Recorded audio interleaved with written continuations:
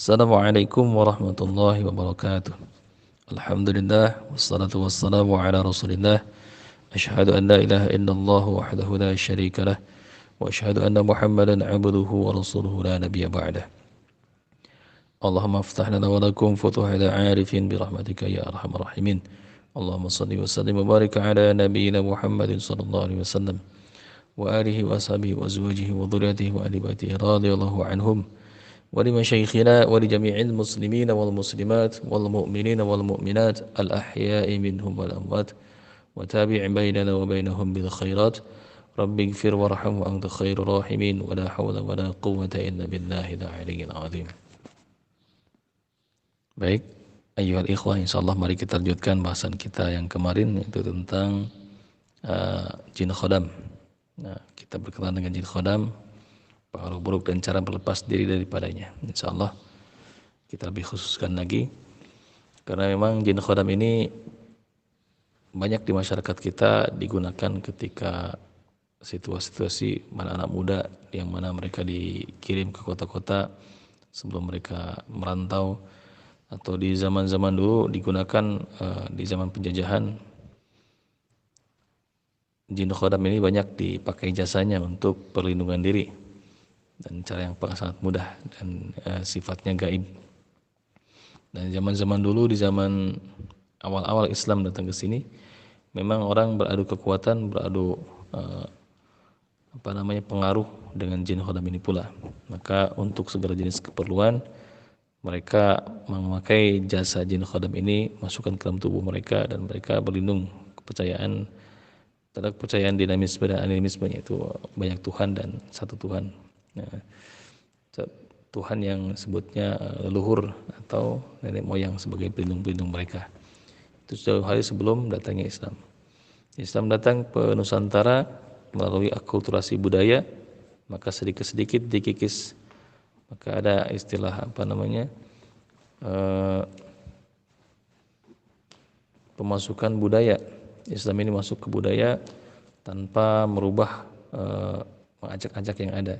Masuk sedikit-sedikit, dan alhamdulillah sekarang cahaya-cahaya Islam mulai terang, yang mana kajian-kajian sunnah di mana-mana dan lain sebagainya, sehingga jelas antara beda kesyirikan, kemusyrikan, dan kebidahan, kesesatan dengan iman, dengan akidah yang lurus, dengan amalan-amalan yang sahihah insyaallah.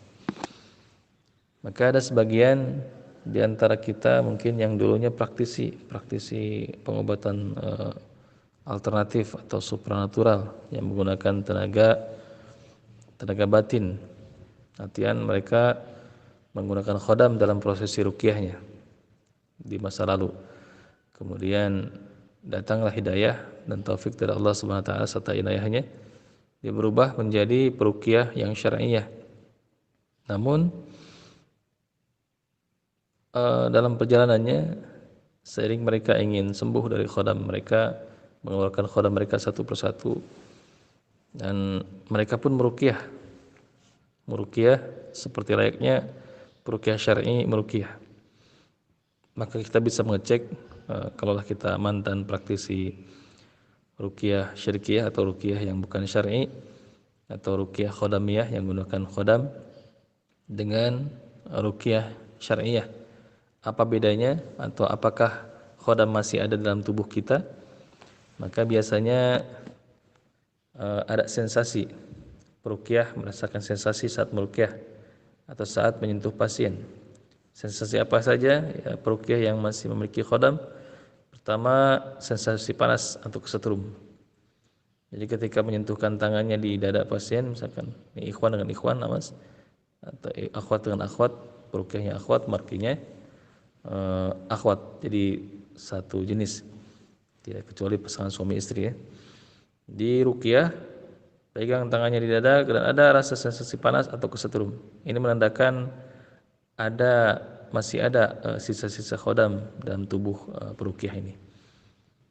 Atau peruqyah mencium bau tertentu dari pasien, misalkan dia mengusik, kok baunya agak bau anyir, bau busuk dan lain sebagainya. Atau pusing, mengantuk saat menyentuh pasien, bisa juga seperti itu. Karena sebagian yang kami dapatkan informasi dari mereka praktisi ruqyah yang menggunakan khodam. Jadi ketika meruqyah, khodam yang ada dalam dirinya dia bertarung dengan khodam yang ada, dengan jin yang ada dalam tubuh pasien. Jika misalkan jin yang ada dalam tubuh pasien lebih kuat daripada jin khodam yang ada dalam dirinya, maka ini akan kalah, pulang sakit atau misalkan jinnya pun kalah.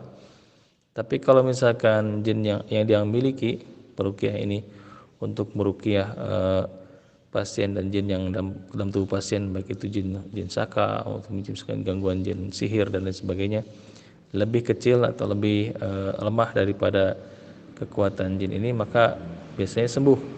Biidznillah. Namun sembuhnya itu sembuh sementara.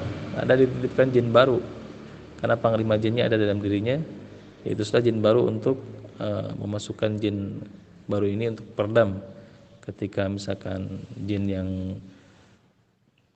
dalam tubuh pasien ini mengganggu atau melaksanakan tugasnya, maka diredam atau ditahan atau dipukul dengan jin yang baru ini. Itulah yang disebut dengan mengusir maling pakai rampok. Jadi kadang kita meruqyah berkali-kali, bukan jin yang satu yang keluar, tapi banyak jin. Setelah ditanya, ini berapa kali berobat? Dia berobat kemana-mana. Nah ini setiap satu dukun satu jin, satu dukun satu jin, terus seperti itu, sehingga jin-jin ini menumpuk dalam tubuhnya. Itu triknya. Jadi biasanya kalau misalkan mereka yang masih memiliki khodam ketika meruqyah, walaupun dia berbalut syar'i, walaupun dia berbalut pakaian ustad atau kiai atau habaib atau misalkan masyaikh, tapi kita bisa menebak sedikit apakah dia masih memiliki khodam atau tidak. Pertama tadi ada sensasi rasa panas, terus peruqyah mengaku mencium bau-bau tertentu dari pasien. Kadang pusing, mengantuk saat menyentuh pasien. Baru saja menyentuh, belum membacakan ayat-ayat ruqyah tapi sudah ngantuk. Ada juga kadang mau muntah saat menyentuh pasien. Disentuh tangannya di punggung misalkan dan bacakan ayat ruqyah, sendawa mau muntah. Nah itu dia. Atau melihat atau merasakan peristiwa gaib saat meruqyah. Bahkan setelah meruqyah merasa pusing, mual dan muntah, atau sakit setelah meruqyah, atau mimpi buruk setelah meruqyah, atau seperti ada yang membimbing atau bisikan dalam hati telinga untuk melakukan tindakan pengobatan. Misalkan pegang sebelah sini, pegang sebelah sini. Bisikan-bisikan ini semakin nyata seiring peruqyah ini memang menggunakan khodam. Nah itu dia. Na'udzubillah. Juga mampu mendapatkan gambaran tentang penyakit pasien sebelum pasien bicara. Terlintas begitu saja, jadi mampu menerawang. Nah, kalau misalkan antum atau misalkan peruqyah antum seperti itu, maka berhati-hatilah, tanyakanlah. Itu kemungkinan besar bukan ruqyah syar'iyah, tapi dia masih berbalut khodam, atau mungkin dia peruqyah syar'i tapi masih menggunakan khodam dalam proses ruqyahnya. Ruqyah syar'iyah murni bertawakal kepada Allah SWT dan menyerahkan segala urusan kesembuhan pasien kepada Allah saja.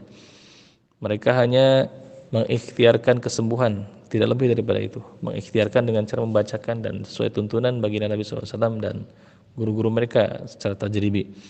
Maka ketika ada hal-hal di atas yang pernah kita baca tadi, barusan kita baca, kita sebutkan tadi, maka pertama waspada, kedua sebaiknya kita berlindung diri barangkali dia masih menggunakan khodamnya untuk menyembuhkan kita. Dan ingat, semuanya tidak ada yang gratis. Artinya tidak gratis bagaimana? Ada mungkin efek itu dari ruqyah tersebut ke kita, atau mungkin ke peruqyahnya itu sendiri. Yang jelas ada jin baru yang nanti masuk ke dalam tubuh kita.